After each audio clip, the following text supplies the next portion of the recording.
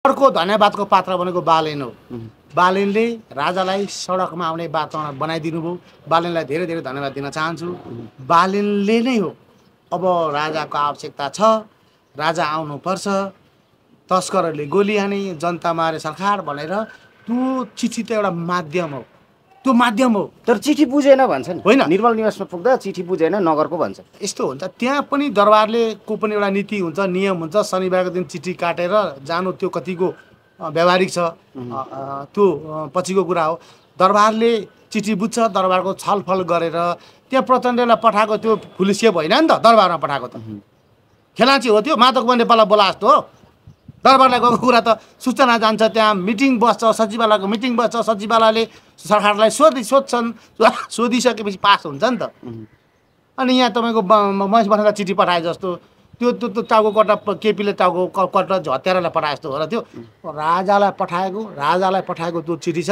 त्यो चिठी चाहिँ नागरिक बचाउ अभियानलाई पठाउनु पर्थ्यो, आयोजक हामी हो होइन, अथवा त्यो राष्ट्रिय आन्दोलनको चाहिँ संयोजक नवराज सुवेडीलाई पठाउनु पर्थ्यो। राजालाई किन पठाउनु भयो त भन्दाखेरि, किन पठाउनु भयो त राजालाई जनतासँग घुलमिल गरेर सडक बनाउने वातावरण बालेनले बनाइदिएको छ। बालेनलाई हामी धन्यवाद भन्न चाहन्छौँ। र बालेनकै नगरमा धेरै मान्छेहरू हताहत भएका छन्, कसैको घाउ लागेको छ, चोट लागेको छ। बालेनको महानगरले निःशुल्क स्वास्थ्य उपचार छ, त्यहाँतिर पनि बालेनलाई ती घाइते भएका मान्छेहरू एम्बुलेन्स ल्याएर आफ्नो हस्पिटलमा, आफ्नो स्वास्थ्य केन्द्रमा गरिदिएको भए अझ सुन्न सुगन्ध हुन्थ्यो। बालेनप्रति हामी नेगेटिभ छैनौँ। बालेनले नै हो राजालाई सडकमा आउने माहौल भनेपछि बालेनले अब राजालाई सडकमा आउनुपर्छ भन्ने एउटा सङ्केत पनि हो। त्यो सङ्केतै हो नि, सङ्केतै हो। अब हेरौँ न, बालेनले टुकुचामा गाड्ने भोलि अन्तिम दिन छ, ककरलाई गाड्नुहुन्छ, बालेनले बोलाउनु भने हामी पनि जान्छौँ, टुकुचामा अभियान जान्छ, हामी जान्छौँ नि। आज देवी सङ्ग्रहालय जानु भनेको त अभियान जानु। अनि म जान्छु, भोलि त म बालेनलाई साथ दिन जान्छु टुकुचामा गाड्नलाई। बालेनले भोलि गाड्ने दिन्छ।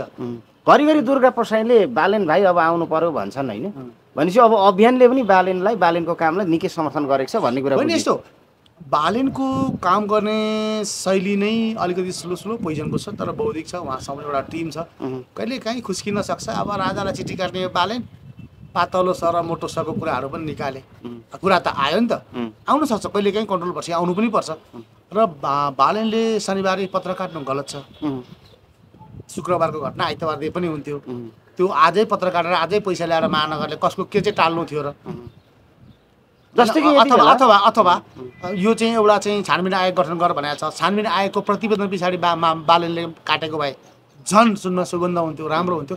तर बालेनले छट्टै किन चाहिँ ल्याएर दरबारमा गयो भने अब दरबारको आवश्यकता छ है, अब दरबार आउनुपर्छ, अब राजा आउनुपर्छ, राजालाई जनताले खोजेको छ भन्ने सन्देश हो त्यो। जस्तै कि बालेनको अहिले निकै प्रशंसा पनि आउँछ।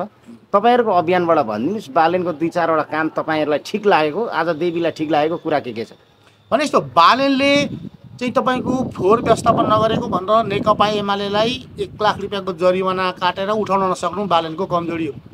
चिठी मात्रै काट्ने काम गर्नु भएन, उठाउनु पर्यो, बाटाबाट उठाउनु पर्यो। अधिकार छ नि त, स्वायत्त शासन उसको अधिकार छ, अधिकार क्षेत्र हो त्यो। सकेन, राप्रपाले तिर्यो नि त। एमाले त यस्तो खिच्चो पार्टी हो, यसलाई लाज पनि। ऊ सरकारमा छ, ऊ सदनमा सडकमा जनता ल्याउँछ भनेपछि योभन्दा लबस्तर पार्टीको के कुरा गर्नु। बालेनले गरेर धेरै काम राम्राहरू छन्। बालेनले सिटी नै हेर्नुहोस् न तपाईँ, तिनकुने कस्तो थियो पहिला, तिनकुनेको चौरी आज हेर्नुहोस् सफा छ, क्लिन छ। जस्तो हेर्नुहोस् रत्न पार्क हेर्नुहोस् हिजो कस्तो थियो, आज कस्तो छ। सरसफाइ धेरै राम्रो छ। अब कहिलेकाहीँ सल्लाह लिने कुरामा, कतिपय काम गर्ने कुरामा, कहिलेकाहीँ बोल्ने कुरामा मेरो पनि टङ स्लिप हुन्छ नि, कहिलेकाहीँ बालेनको पनि टङ स्लिप हुनसक्छ।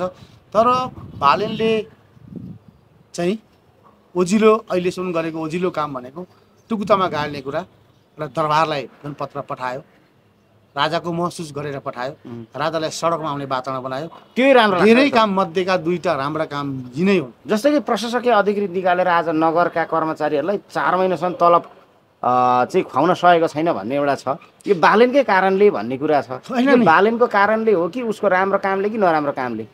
यस्तो प्रशासकीय बालेनभन्दा माथि त सङ्घीय सरकार छ। सङ्घीय सरकारको प्रधानमन्त्री को छ भने यो लबस्तर पार्टीको अध्यक्ष छ, केपी ओली चाहिँ एमाले छ। घिनलाग्दो, बाटोमा भेट्दा पनि लोतर लाग्छ, त्यस्तो मान्छे छ। अब यो काङ्ग्रेस भने लठुवा, यो बिपीको समाजवाद बेचेर खाने यो आर्जु जस्तो भ्रष्ट तस्कर, शेरबहादुर जस्तो तोतले अनि विश्वप्रकाश जस्तो गजल कविता भन्ने फटाएको राजा, अर्को त्यो हिजो त्यो थापाकाजी छ डाका, जो हिजो घैँटेलाई मारेको कुरामा पुरुक उफ्रेर आयो होइन, आयो नि त। यो घटनाको बारेमा नागरिकहरूले उठाएको आवाज सही छ कि गलत छ? सही छ कि गलत छ? जनआन्दोलनमा यिनीहरूले सरकारी गाडीहरू हजारौँ पोलेका छन्, गाडी पोलेका छन्, सरकारी भवन गरेका छन्, प्रचण्डले दिन डाँडे ब्याङ्क लुटेको छ। यी लुटेर तस्करहरूले राजासँग तुलना गर्न सक्छ यार? कहाँ इन्दिरा गान्धी, कहाँ बिस्टेनी बुढी, त्यो तुलनै हुँदैन। राजासँग यी भत्तुहरूको तुलना हुन्छ? यी भत्तुलाई त दुई चार दिन यसो काम गरेर दिए हुन्, भत्तु असफल भए गोठाला अफल लात तानेर राजा अगाडि आउँछन्। राजाको घर हो, राजाको ठाउँ हो, राजाको मन्दिर हो, यिनीलाई त बोलाएका निम्तामा आएका मान्छे हुन्। राम्रो व्यवहार गरे राम्रो स्वागत हुन्छ, राम्रो व्यवहार गरेर लात हाने तपाईँले खेद्नुहुन्न? तपाईँको कार्यक्रममा बोलाएका पाहुनाहरूलाई तपाईँले आएको ठाउँमा राम्ररी स्वागत गरियो, राम्रो भयो भने त आउँछन्। तपाईँको कार्यक्रमै बिथोलो, तपाईँको घरै फोहोर बनाएर लात हानेर खेद्नु न, त्यति नै हो। यिनीहरूको दिन सक्यो। तपाईँ एउटा कुरा ढुक्क आउनुहोस्, राज संस्था आयो, वैदिक सनातन हिन्दू धर्म आयो, दलहरूले दलहरू काजी भ्रष्ट तस्करहरू, यी माडे बिचौलिया तस्करहरू छन्, यिनीहरू जेल जाने भए सँगसँगै पहिलो नम्बरमा अर्को नेपालको राजो ठगेर जाने त्यो गुरुङ छ, गुरुङ पनि जान्छ। मिनबहादुर गुरुङ भन्नुभयो 70,000 को सुन्तला केरारोको लिएको छ, 4 बोतल रक्सी 2 बोतल बियर समातेर यसो 2-4 प्याडहरू मैले हालेर लगेका छन्। त्यो एक तला मुनि तपाईँको भाट बटनको सिस्टम हुन्छ नि त, पहिलो तलामा के हुने, दोस्रो तलामा के हुने, तेस्रो तलामा के हुने, चौथोमा के हुने, मुनि 60 ताना निकालेको 70-75,000 को सामान त्यहाँ निकालेको छ। 4-5 लाखको सिसाको क्षति भएको छ, त्यति नै हो। त्यसमा 75 करोडको अनुमोदन गरिदियो। 75 करोडको उद्योगी हत्या गर्नेले गरिदियो, उद्योगी काटेर आउनेले 75 करोडको मूल्याङ्कन गरिदियो। अब तपाईँ भन्नुहोस्। होइन, जस्तै कि तपाईँले त 2-4 बोतल रक्सी लग्यो, 1-2वटा सुन्तला लग्यो भनेर भन्नुभयो।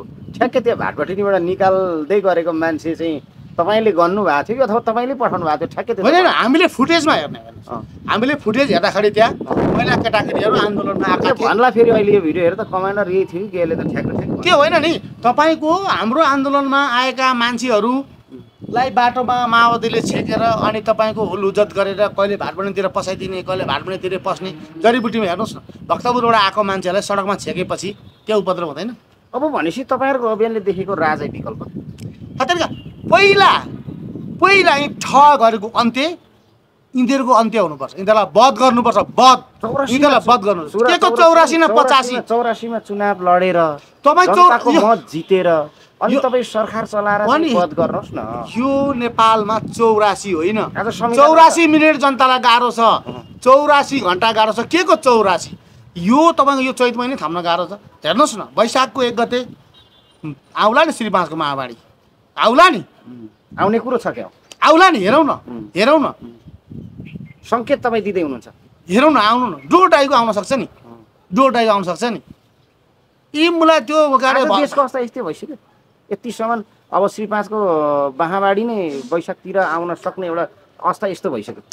श्री 5 महाराधिराज सरकार बोली बक्सेको छैन, बोली बक्सेको छैन। सुन्नु न, संविधानको चुनाव लडेर संविधानमा लेखिएको कुरालाई विधिगत रूपमा राजाले चुनाव लड्छन्, राजाले चुनाव लड्छन्। के कुरा गरेको?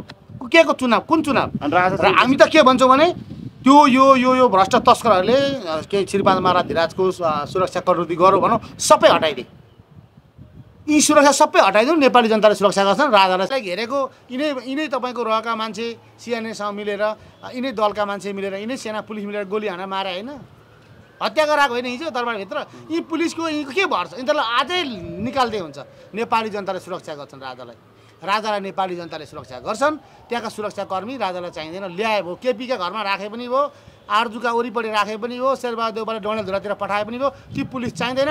तिनीहरूले भोलि यस्तै हाम्रो 3 कुने काण्ड जस्तो दरबारमा गर्न सक्छन्। यिनीहरूको के भर भयो? यिनीहरूको भर छ? भर भएन। त्यसले गर्दाखेरि राजाको सुरक्षा नेपाली जनताले गर्छन्। जनताका राजा हुन्, तस्करका होइनन्। तस्करका राजा केपी ओली हुन्। केपी ओलीको राजा विनोद चौधरी हो, यो के अरे गुरुङ मिनबहादुर गुरुङ हो, अर्को पवन गल्यान हो, उसका राजा तिनै हुन् र तिनै त्यतै गए हुन्छ। यो नेपाली राजाको नाम पनि मुखबाट उच्चारण नगरे हुन्छ। समय र समयको लागि धन्यवाद। ल।